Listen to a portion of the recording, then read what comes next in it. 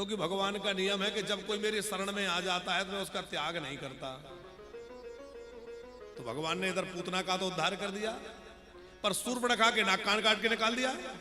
उसको शरण में नहीं रखा, अरे उसके ऊपर भी कृपा कर देते। तो एक संत बड़ी प्यारी बात कह रहे थे, बोले भगवान ने उसको इसलिए नहीं रखा कि शरणागति एक बार होती है और एक जगह होती है। यदि वो राम जी की शरण में आई थी तो फिर राम जी को छोड़ के कहीं नहीं जाना था, पर राम जी ने कहा कि देखो मेरा तो ब्याह हो चुका है, तुम लक्ष्मण के पास चली जाओ। तो दौड़ दौड़ के लक्ष्मण के पास चली गई।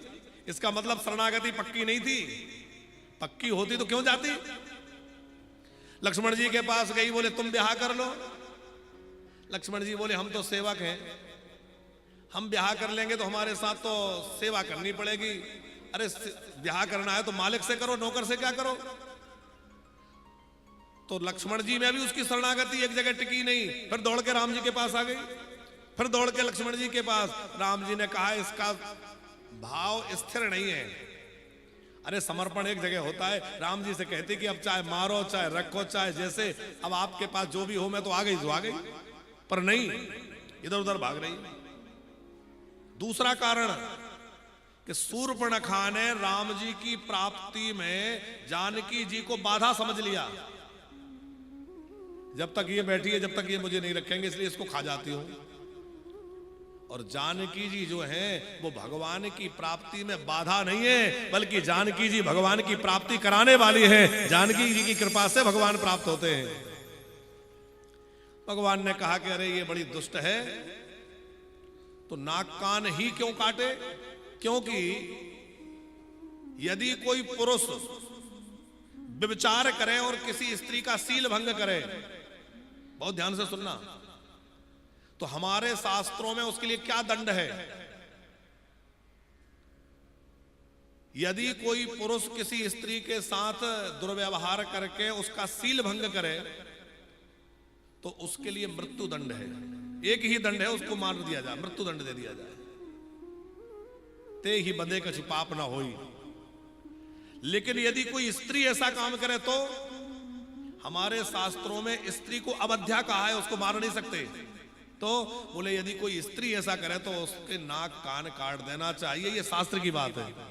राम जी ने कहा भाई शास्त्र में ऐसे लोगों के लिए यही आज्ञा है कि इसकी नाक काट ली जाए। तो लक्ष्मण जी को इशारा किया और लक्ष्मण जी ने, तो खैर ज्यादा कहेंगे तो लोग कहेंगे महाराज जी फिर राम कथा में चले गए। अच्छा हमारा क्या है पिंकी भैया, 17-18 वर्षों से कथा कर रहे हैं हम, मूल रूप से भागवत के ही वक्ता हैं, पर अब रामानंदी संप्रदाय से हैं, राम जी के भगत हैं, तो बार बार उधर ही मन भागता है। यद्यपि कोई अलग नहीं है, साल में 3-4 राम कथा ही होती है, ज्यादा नहीं करते हम। पर ऐसा रहता है कि राम कथा में प्रेम ज्यादा रहता है, तो बार बार मन राम कथा में चला जाता है। 3-4 कथा साल में राम कथा होती है, बाकी साल भर भागवत तो चलती है। तो भगवान ने जो है उस समय जब शूर्पणखा से बात कर रहे थे तो शूर्पणखा की ओर देखा नहीं, बात तो शूर्पणखा से कर रहे थे और देख कहां रहे थे, देख रहे थे जानकी जी की ओर।